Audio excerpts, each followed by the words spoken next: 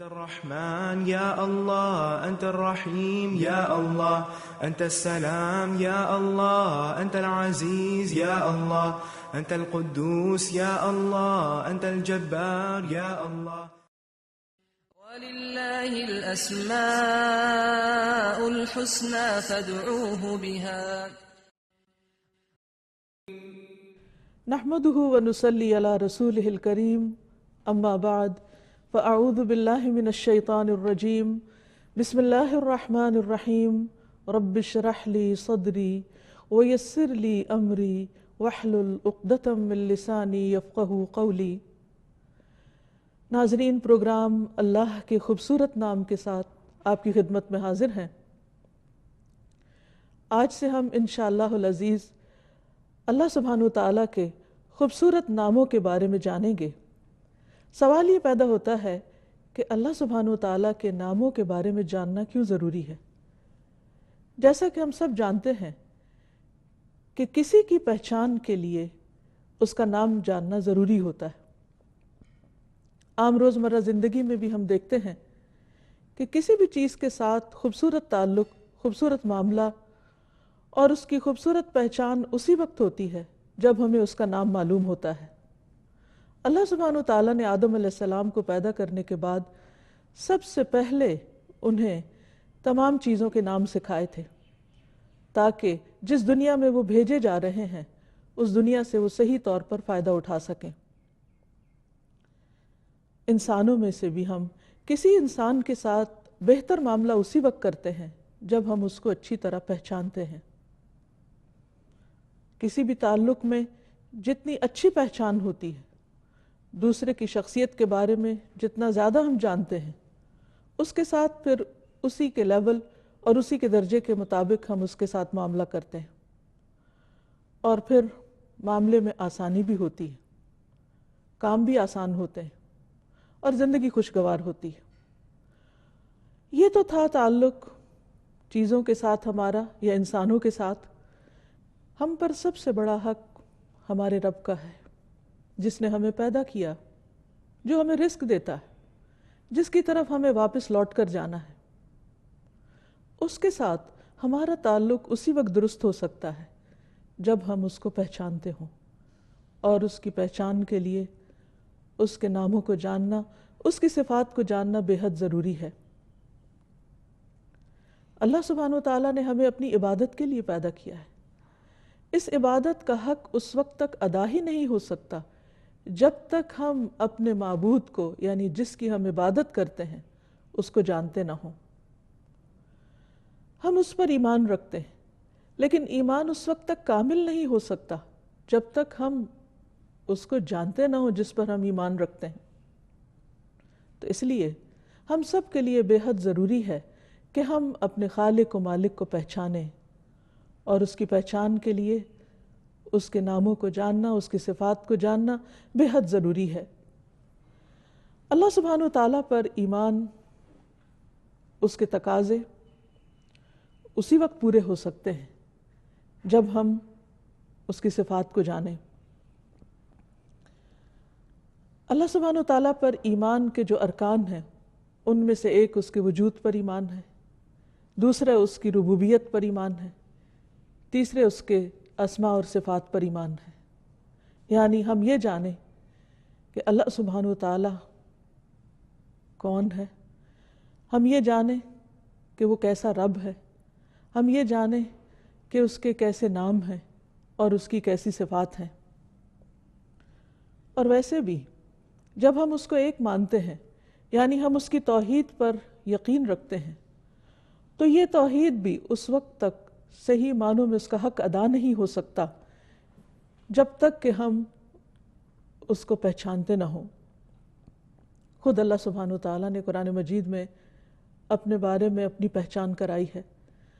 رسول اللہ صلی اللہ علیہ وسلم نے اللہ سبحانہ وتعالیٰ کی پہچان مختلف ناموں کے ذریعے کروائی ہے۔ اللہ سبحانہ وتعالیٰ فرماتے ہیں وَلِلَّهِ الْأَسْمَاءُ الْحُسْنَى فَادْعُوهُ بِهَا، اور اللہ کے لیے ہیں اچھے اچھے نام، تو اس کو ان ناموں کے ذریعے پکارو، اس سے دعا کرو۔ یعنی اگر ہم اس کے سامنے اپنی حاجات رکھیں گے تو کس طرح رکھیں گے؟ ظاہر ہے اس کو پکار کر، اور کس طرح پکاریں گے؟ اس کے ناموں کے ساتھ ہی۔ مثلا جب ہم بخشش چاہیں تو کیا کہیں گے؟ یا غفور اغفر لی، اے بہت زیادہ بخشش فرمانے والے تو مجھے بخش دے۔ اگر ہم اپنے لیے حفاظت اور پروٹیکشن چاہیں گے تو اس کے نام یا حفیظوں کے ساتھ پکاریں گے، اے حفاظت کرنے والے تو میری حفاظت فرما۔ جب ہم اپنے لیے رحمت چاہیں گے تو کیسے پکاریں گے؟ یا رحیم ارحمنی، اے رحمت فرمانے والے تو مجھ پر اپنی رحمت فرما۔ اسی طرح اس کے ناموں کے ساتھ اس کو پکارنا اس کی عبادت بھی ہے۔ اور عبادت کس طرح؟ کہ ان ناموں کو جان کر پھر اس کے ساتھ جو ہمارا درست تعلق ہوگا اس کا حق ہم کس طرح ادا کریں گے، اس حق کو اپنے اوپر پہچاننا، اپنے بارے میں جاننا اور اس کے مطابق اس کے ساتھ معاملہ کرنا، یہ دراصل اس کی عبادت کا بہترین طریقہ ہے۔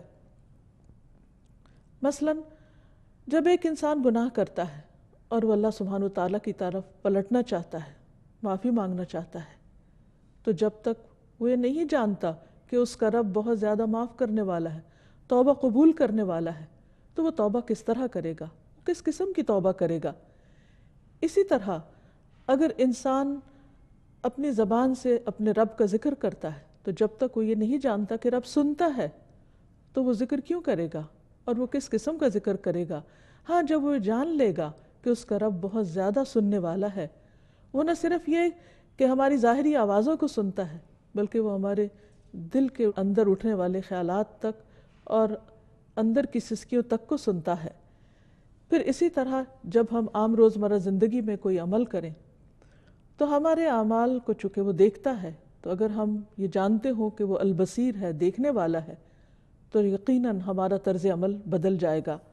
اسی طرح اگر ہم یہ جانتے ہوں کہ وہ ہمارے دل کے اندر اٹھنے والے خیالات اور وسوسوں تک کو جانتا ہے، تو یقیناً ہم اس کے اللطیف ہونے پر یقینی طور پر ایمان رکھیں گے۔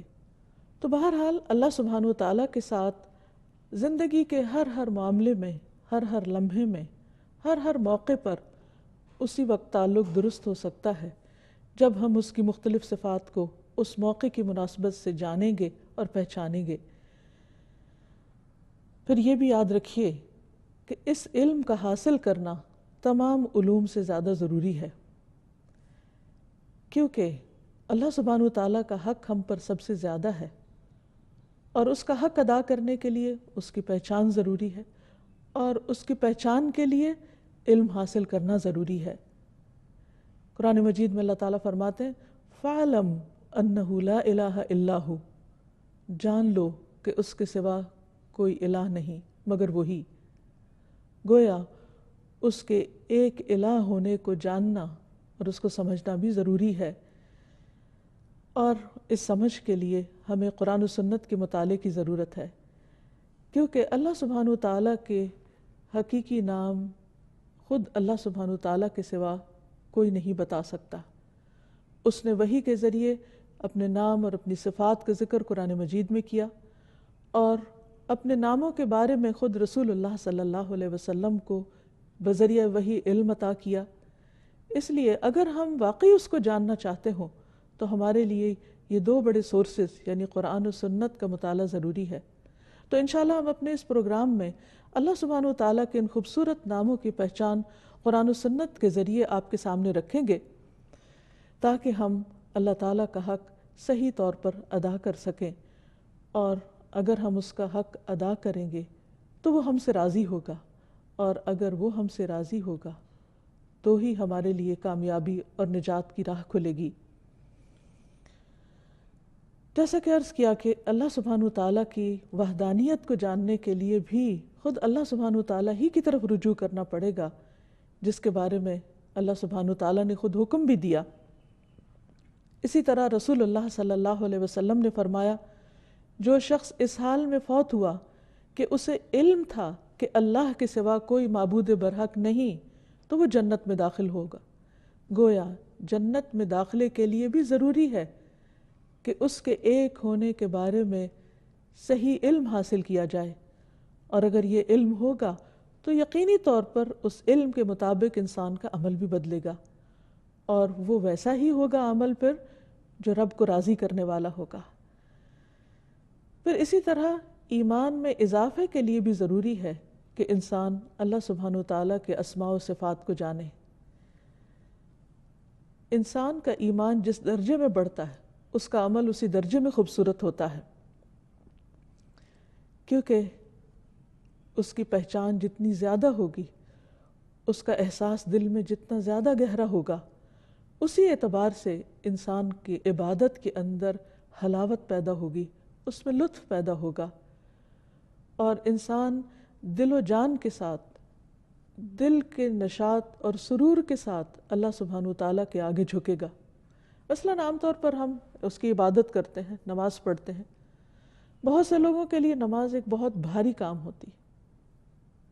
کیوں؟ اس لیے کہ وہ رب کو جانتے ہی نہیں، وہ پہچانتے نہیں، وہ اس کی قدر نہیں پہچانتے، اس لیے نماز ان کے لیے بس ایک مکینیکل عمل ہوتی ہے، کچھ چند حرکات کا نام ہوتی، جس کو وہ اپنے روز مرہ کے اسکیجول میں سے وقت نکال کر اس مخصوص وقت میں اس کے حضور حاضر ہونے کو ایک بہت مشکل کام سمجھتے ہیں۔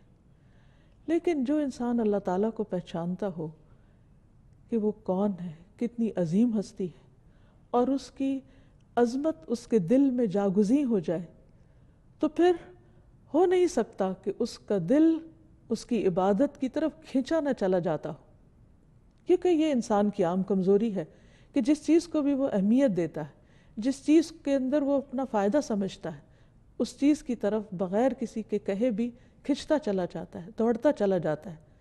مثلاً دنیا میں ہم دیکھتے ہیں کہ ہم انسان کو مال سے محبت ہے، تو جہاں اس کو معلوم ہوتا ہے کہ اسے مال حاصل ہوگا، وہ کسی کو کہنے کی ضرورت نہیں ہوتی، انسان خود دوڑ کر ان راستوں اور ان جگہوں پہ پہنچتا ہے جہاں سے اس کو مال حاصل ہوتا ہے۔ اسی طرح اگر کسی انسان کو دنیا کا کوئی علم چاہیے، کوئی ڈگری چاہیے، تو وہ پوری کوشش کرتا ہے کہ اسے کسی ایسی یونیورسٹی میں داخلہ ملے، کسی ایسی جگہ پر وہ چلا جائے کہ جہاں اس کی مرضی کے مطابق اسے علم حاصل ہو سکے۔ کسی کے کہنے پر اور کسی کے ابھارنے پر وہ اس طرف نہیں چلتا، بلکہ وہ خود اپنے دل کے شوق اور محبت کے ساتھ اور اپنی طلب اور تڑپ کے ساتھ اس راستے پر چلتا ہے۔ اسی طرح انسان کو دنیا میں جس بھی چیز کی چاہت ہوتی ہے وہ اس کے لیے راہیں نکال لیتا ہے۔ تو جب انسان کو اللہ سبحانہ وتعالیٰ کی پہچان ہو جاتی ہے تو پھر اللہ سبحانہ وتعالیٰ کی طرف جانے اور اس کی عبادت کرنے اور اس کے آگے جھکنے میں انسان کو مشکل پیش نہیں آتی۔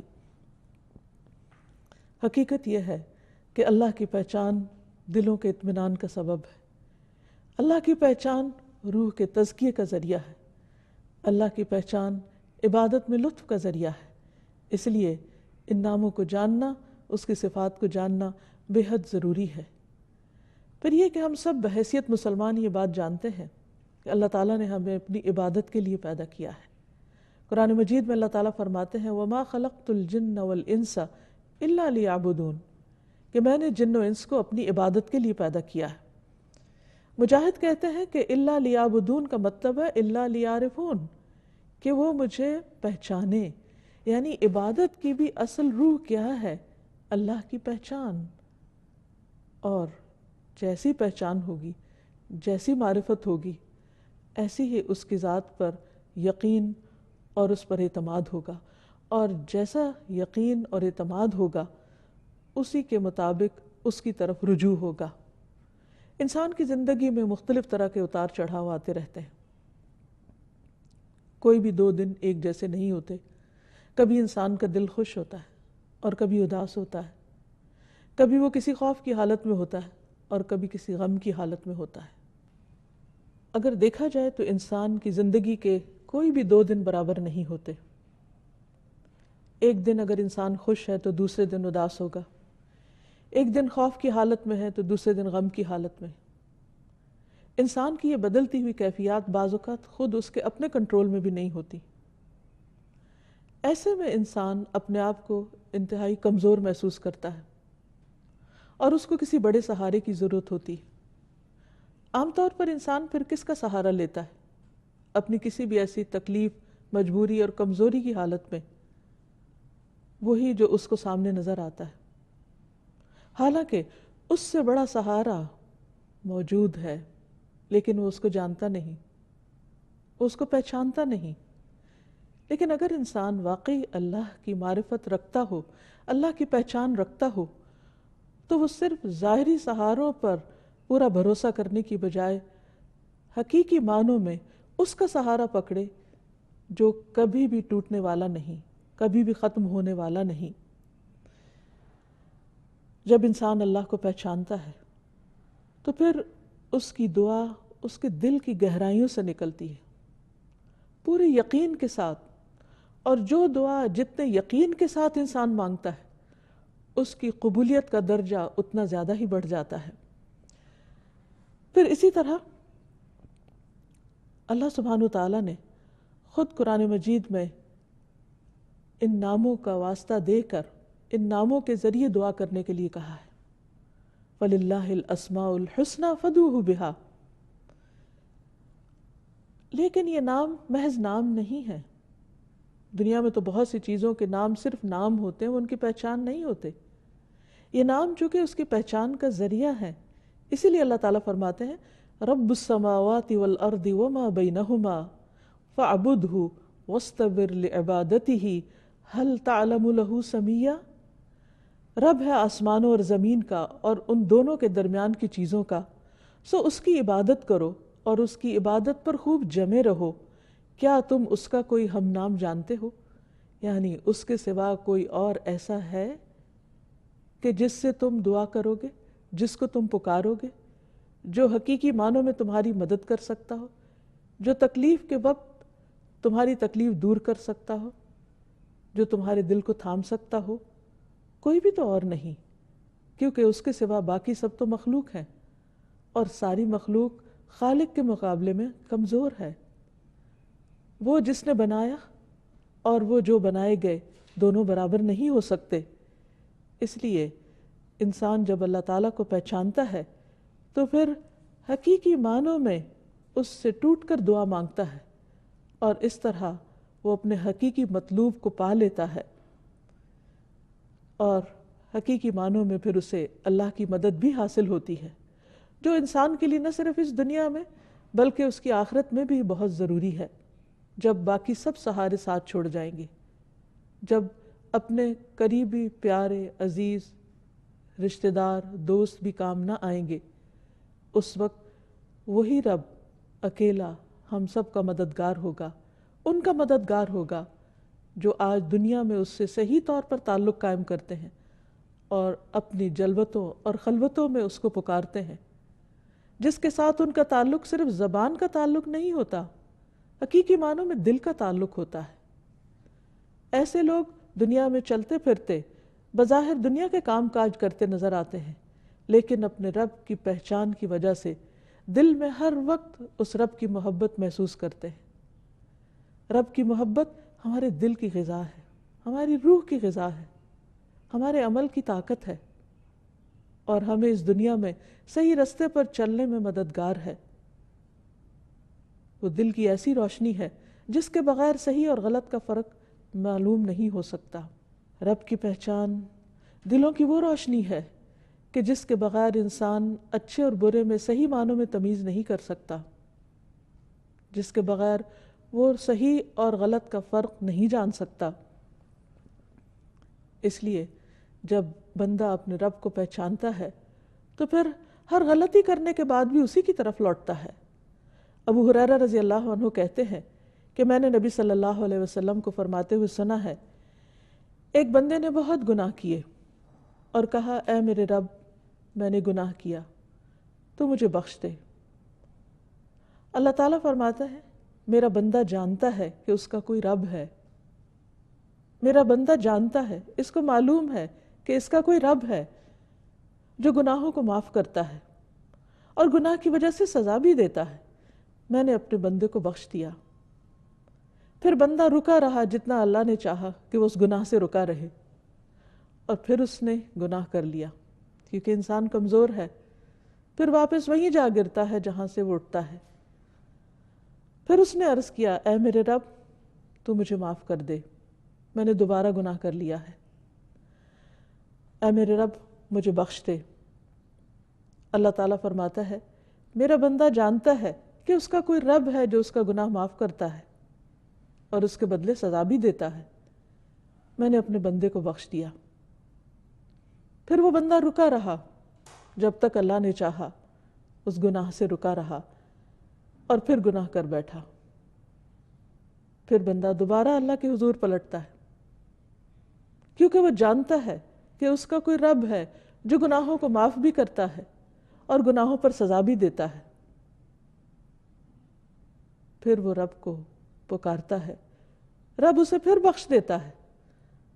اللہ تعالیٰ فرماتا ہے میرا بندہ جانتا ہے اس کا رب ہے جو معاف کرتا ہے اور سزا بھی دیتا ہے، میں نے اپنے بندے کو 3 بار معاف کیا، بس اب جو چاہے عمل کرے، یعنی جتنی بار بھی وہ گناہ کرے گا، اگر وہ مجھے پہچان کر میری طرف پلٹے گا اور حقیقی معنوں میں شرمندگی کے ساتھ مجھ سے معافی مانگے گا، یہ جانتے ہوئے کہ میں معاف کر سکتا ہوں، تو میں اس کو معاف کر دوں گا، اور اس کے بغیر چارہ بھی نہیں۔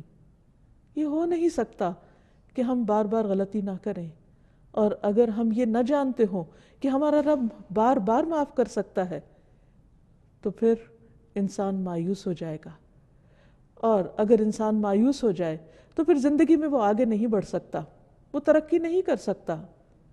تو اس لیے بندے کے لیے یہ جاننا بہت ضروری ہے، اس دنیا اور آخرت کی بھلائی اور کامیابی، فلاح اور نجات کے لیے، کہ وہ اپنے رب کے اس صفت کو جانتا ہو کہ واقعی وہ بخشنے والا ہے۔ پھر اسی طرح جو شخص ان ناموں کو جان لے اس کے لیے جنت کی خوشخبری ہے۔ رسول اللہ صلی اللہ علیہ وسلم نے فرمایا اللہ تعالیٰ کے 99 نام ہیں، 1 کم 100، جو شخص ان سب کو محفوظ رکھے گا وہ جنت میں داخل ہوگا۔ اللہ سبحانہ وتعالیٰ کے ناموں کو جاننے اور اس کی پہچان کے بارے میں یہ بھی یاد رکھیے کہ ان ناموں کی پہچان صرف دنیا کی کامیابی کا ذریعہ ہی نہیں بلکہ آخرت میں جنت کے حصول کا ذریعہ بھی ہے، جس سے بڑی کوئی کامیابی ہے ہی نہیں۔ رسول اللہ صلی اللہ علیہ وسلم نے ارشاد فرمایا اللہ تعالیٰ کے 99 نام ہیں، یعنی 1 کم 100، جو شخص ان سب کو محفوظ رکھے گا وہ جنت میں داخل ہوگا۔ یہ صحیح بخاری کی روایت ہے۔ اسی طرح صحیح مسلم کی روایت ہے، اس میں ابو ہریرہ ہی روایت کرتے ہیں کہ رسول اللہ صلی اللہ علیہ وسلم نے فرمایا اللہ تعالیٰ کے 99 نام ہیں، جس نے انہیں محفوظ کیا وہ جنت میں داخل ہوگا، اور بلا شبہ اللہ وتر ہے اور وتر کو پسند کرتا ہے۔ اس کا کیا مطلب ہے؟ من احصاها دخل الجنہ، جس نے ان ناموں کو شمار کیا وہ جنت میں داخل ہوگا، یعنی ان ناموں کا احاطہ کرنے کی کوشش کی، ان ناموں کے معنی کو جانا، ان کے تقاضے کے مطابق عمل کیا، اور پھر ان کی بنا پر اپنے رب، اپنے خالق و مالک کے ساتھ اپنے تعلق کو درست کیا، اور ان ناموں کے تقاضے کے مطابق اپنے اعمال کو تبدیل کیا، تو ایسا شخص اللہ سبحانہ وتعالیٰ کی رحمت کا مستحق ہوگا۔ ابن القیم رحمہ اللہ کہتے ہیں کہ اللہ کے اسماء کو گن کر محفوظ رکھنے کے کچھ مرتبے ہیں، کچھ درجے ہیں۔ بندہ جب ان ناموں کو یاد کر لیتا ہے تو جنت میں داخل ہو جاتا ہے۔ یاد کرنے سے مراد صرف زبانی میمورائز کرنا ہی نہیں، بلکہ ابن القیم کے مطابق پہلا مرتبہ ہے ان کے الفاظ کو گننا اور شمار کرنا، دوسرا مرتبہ ہے ان کے معنی اور مفہوم کو جاننا، تیسرا مرتبہ ہے ان کے ساتھ دعا مانگنا، کیونکہ اللہ سبحانہ وتعالیٰ نے فرمایا وَلِلَّهِ الْأَسْمَاءُ الْحُسْنَى فَادْعُوهُ بِهَا، اور اللہ ہی کے لیے ہیں اچھے اچھے نام، پس تم اس کو ان ناموں کے ساتھ پکارو۔ اور اللہ کے ساتھ، اللہ کے ناموں کے ساتھ دعا مانگنے کے 2 مرتبے ہیں۔ نمبر 1 دعاء العبادہ، تعریف اور عبادت کی دعا، اور نمبر 2 دعاء المسئلہ، طلب اور مانگنے کی دعا۔ تو گویا اللہ تعالیٰ کی تعریف نہیں کی جا سکتی مگر اللہ سبحانہ وتعالیٰ کے خوبصورت ناموں کے ذریعے اور اس کی بہترین صفات کے ذریعے۔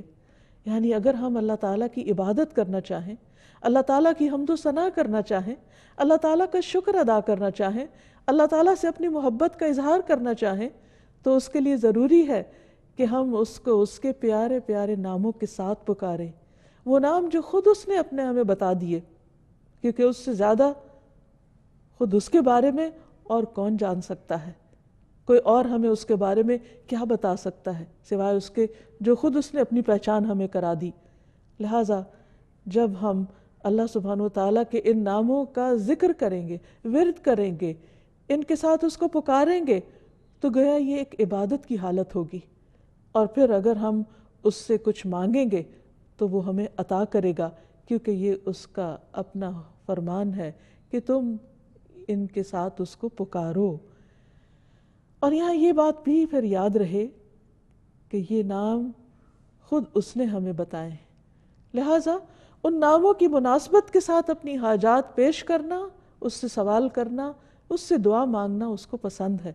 ویسے بھی دعا کرنا ایک عبادت ہے، اور اللہ سبحانہ وتعالیٰ اس بندے سے خوش ہوتا ہے، اس سے راضی ہوتا ہے جو اپنی ہر چھوٹی بڑی ضرورت میں اللہ سبحانہ وتعالیٰ کی طرف رجوع کرتا ہے۔ اور اس میں بندے کے لیے عین سعادت ہے، خوش قسمتی ہے کہ اللہ نے اپنے بندوں کو اپنا ہی محتاج کیا، جو ان کا حقیقی مالک ہے اور ان کو سب کچھ دینے پر قادر ہے، انہیں دوسری مخلوقات کے تابع نہیں کیا۔ باقی مخلوقات درخت ہوں یا پتھر ہوں، زمین ہو یا آسمان ہو، ستارے ہوں یا چاند ہوں، یہ سب تو انسان کی خدمت میں لگے ہوئے ہیں۔ یہ انسان کے الہ ہو نہیں سکتے، انسان کے معبود ہو نہیں سکتے، اور حقیقی معبود وہی ہے جو ان سب کا خالق ہے، اور وہی ہم سے چاہتا ہے کہ ہم باقی تمام چیزوں کی غلامی سے آزاد ہو کر صرف اس کے غلام بن جائیں، صرف اس کے بندے بن جائیں، تعریف بھی کریں تو اس کی، شکر ادا کریں تو اسی کا، مانگیں تو اسی سے، اور گناہ کر لیں تو پلٹیں بھی اسی کی طرف جو شرمندہ نہیں کرتا، جو پکارتا ہے کہ اے دن کے گناہ گار تو رات کو لوٹا، میں تجھے معاف کر دوں گا، اور اے رات کے گناہ گار تو دن کو پلٹا، میں تجھے معاف کر دوں گا۔ اگر تیرے گناہ آسمان کے کناروں تک پہنچ جائیں تو میں اتنی ہی مغفرت کے ساتھ تجھے ملوں گا اور میں تجھے معاف کر دوں گا۔ وہ ہمارا اپنا رب ہے، وہ تمام بندوں اور تمام مخلوق سے زیادہ ہم سے محبت کرنے والا ہے۔ ہماری نجات اسی کے دامن میں ہے، اسی کی طرف رجوع کرنے میں ہے۔ لہٰذا یہ نام جہاں عبادت کا ذریعہ ہے، وہاں مانگنے کا ذریعہ ہے، دعا کا ذریعہ ہے، لہٰذا اس سے مانگتے رہنا چاہیے۔ اور پھر اس معاملے میں ایک احتیاط بھی ضروری ہے، اور وہ یہ کہ اللہ سبحانہ وتعالیٰ کو صرف وہی نام دیے جائیں گے جو اس نے خود ہمیں بتائے۔ ہم اپنی طرف سے اس کا کوئی نام نہیں رکھ سکتے، اور نہ ہی ہمیں اس کی اجازت ہے کہ ہم اس کے ناموں میں الحاد کریں، درست راستے سے ہٹیں۔ یعنی جو نام اللہ سبحانہ وتعالیٰ نے یا اللہ سبحانہ وتعالیٰ نے اپنے حبیب محمد صلی اللہ علیہ وسلم کے ذریعے ہمیں بتائے ہیں، اس کے علاوہ ہم اپنی طرف سے اس کا کوئی نام نہیں رکھ سکتے۔ مثلا ہم یہ جانتے ہیں کہ اللہ سبحانہ وتعالیٰ شفا دیتے ہیں، لیکن ہم اللہ سبحانہ وتعالیٰ کا نام ڈاکٹر نہیں رکھ سکتے، وہ نام انسانوں کے لیے۔ تو وہ نام جو عام طور پر ہم نے انسانوں کے لیے رکھے ہیں یا انسانوں کی جو صفات ہیں، وہ اللہ سبحانہ وتعالیٰ کو زیبا نہیں ہے۔ اس لیے اس معاملے میں بہت احتیاط کی بھی ضرورت ہے، اور ہمیں اس معاملے میں کتاب و سنت سے آگے نہیں بڑھنا۔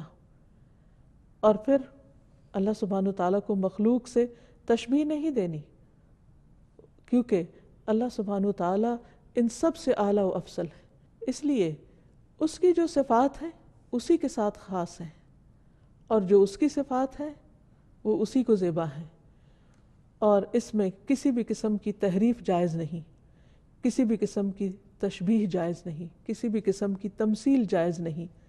یعنی ہم یہ نہیں کہیں گے کہ اللہ تعالیٰ سنتا ہے جیسے بندے سنتے ہیں، نعوذ باللہ، ایسا نہیں کہہ سکتے۔ اسی طرح یہ بھی نہیں کہ وہ کیسے سنتا ہے یہ ہمیں نہیں معلوم، نہ اس نے ہمیں بتایا ہے۔ ہمارا بس یہ یقین ہونا چاہیے کہ اس نے ہمیں بتایا ہے کہ وہ سنتا ہے تو بس سنتا ہے، کیسے کا جواب ہمیں نہیں معلوم۔ اسی طرح اس کے ناموں میں کمی اور کوتاہی بھی درست نہیں۔ ہمارا ایمان ہے اس پر، وہ ویسا ہی ہے جیسا اس نے ہمیں بتایا ہے کہ وہ ہے۔ بہرحال یہ بات ہمیشہ ہمارے ذہن میں رہے کہ اللہ سبحانہ و تعالیٰ کے نام اور اس کی صفات، جن کا ہم آئندہ ذکر پڑھیں گے، سنیں گے، کریں گے، وہ صرف اسی کے لیے خاص ہے. اسے مخلوق کے ساتھ تشبیہ نہیں دی جا سکتی. قرآن مجید میں اللہ تعالیٰ فرماتے ہیں لیس کمثلہ شیء وہو السمیع البصیر، کہ اس کی مثال کی طرح بھی کوئی مثال نہیں، کوئی چیز اس جیسی نہیں. اس لیے جب ہم اس کے مختلف ناموں اور صفات کا ذکر سنیں یا پڑھیں تو انہیں مخلوق کے ساتھ ذہن میں نہ لائیں، وہ صرف اسی کے لیے خاص ہے. اور یہ یقین رکھیں کہ وہ سننے والا ہے، دیکھنے والا ہے، لیکن وہ اس طرح نہیں سنتا جیسے بندے سنتے ہیں اور اس طرح نہیں دیکھتا جیسے بندے دیکھتے ہیں. تو یہاں چلتے ہوئے یہ بات بھی ذہن میں رہے کہ اللہ سبحانہ وتعالیٰ کے ناموں اور صفات کو جاننے کے لیے کچھ قواعد، کچھ طریقے اور کچھ اصول ہیں جن کو ذہن میں رکھنا ضروری ہے. پہلی چیز یہ کہ اللہ سبحانہ وتعالیٰ کے سارے ہی نام اچھے ہیں. اللہ لا الہ الا ہوا لہ الاسماء الحسنی، اللہ وہ ہے جس کے سوا کوئی معبود برحق نہیں، سب سے اچھے نام اسی کے ہیں. ایک اور جگہ پر فرمایا قل ادعوا اللہ او ادعوا الرحمن ایما تدعوا فلہ الاسماء الحسنی، کہہ دو اللہ کو پکارو یا رحمان کو پکارو، تم جس کو بھی پکارو گے سو یہ بہترین نام اسی کے ہیں. یعنی اللہ سبحانہ وتعالیٰ تو ایک ہے، اس کی صفات بہت ساری ہیں، جس بھی صفت کے ذریعے، جس بھی نام کے ذریعے اس کو پکارو گے تو اصل میں پکارنا تو اسی کو ہے. ایک اور جگہ پر فرمایا هو اللہ الخالق البارئ المصور لہ الاسماء الحسنی یسبح لہ ما فی السماوات والارض وہو العزیز الحکیم. وہ اللہ ہی ہے جو خالق ہے، جو پیدا کرنے والا ہے،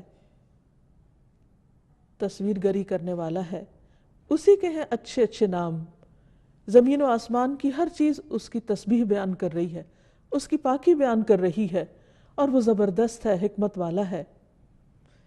اس لیے قرآن مجید کی جتنی آیات میں اللہ سبحانہ وتعالیٰ کے ناموں کا ذکر آتا ہے، اس کی صفات کا ذکر آتا ہے، وہاں حسنہ کا لفظ ساتھ ہی آتا ہے.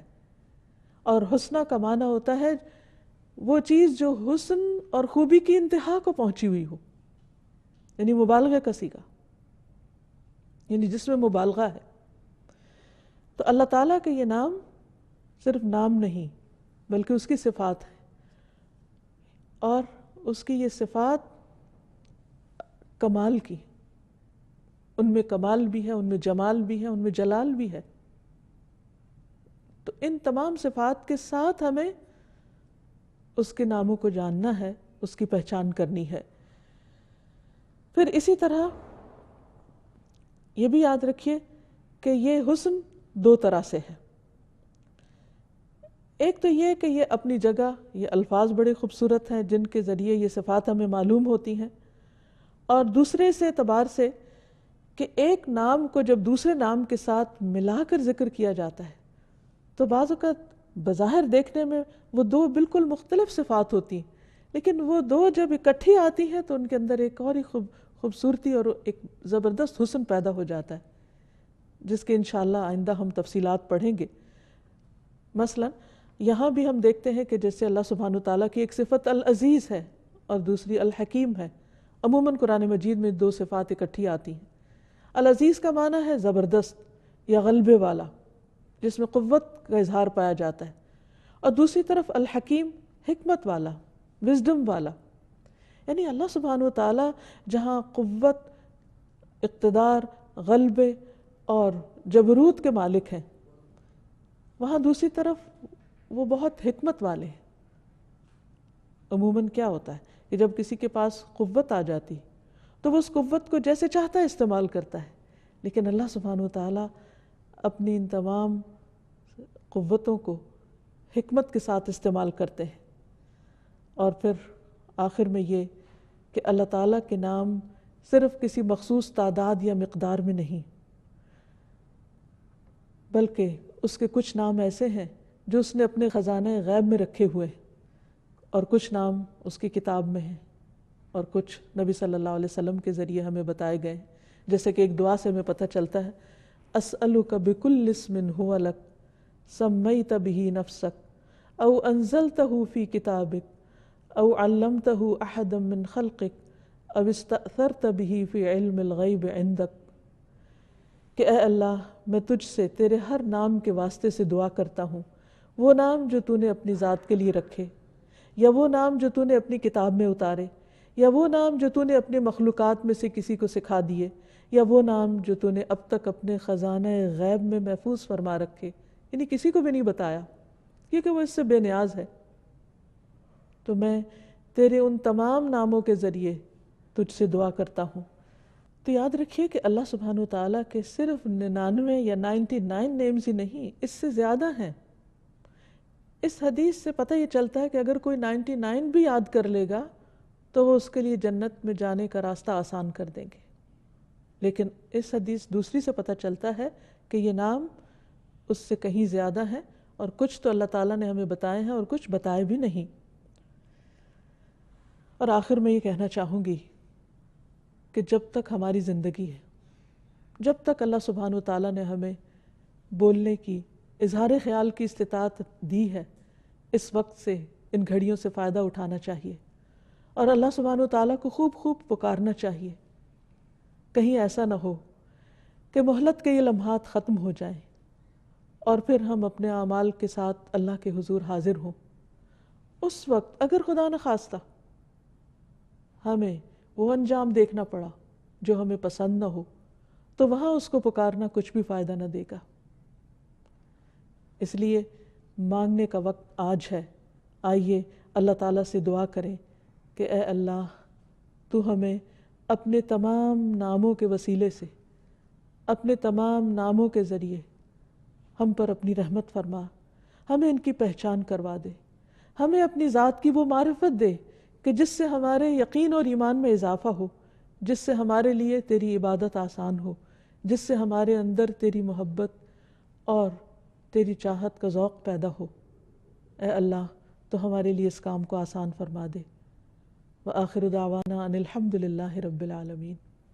سبحانک اللہم وبحمدک اشہد ان لا الہ الا انت استغفرک واتوب الیک۔ القاهر يا الله، أنت الحسيب يا الله، أنت الشافي يا الله، أنت المبين يا الله، أنت الوكيل يا الله، أنت القيوم يا الله، أنت المتين يا الله، أنت السبوح يا الله، لا إله إلا الله محمد رسول الله، لا إله إلا الله محمد رسول الله۔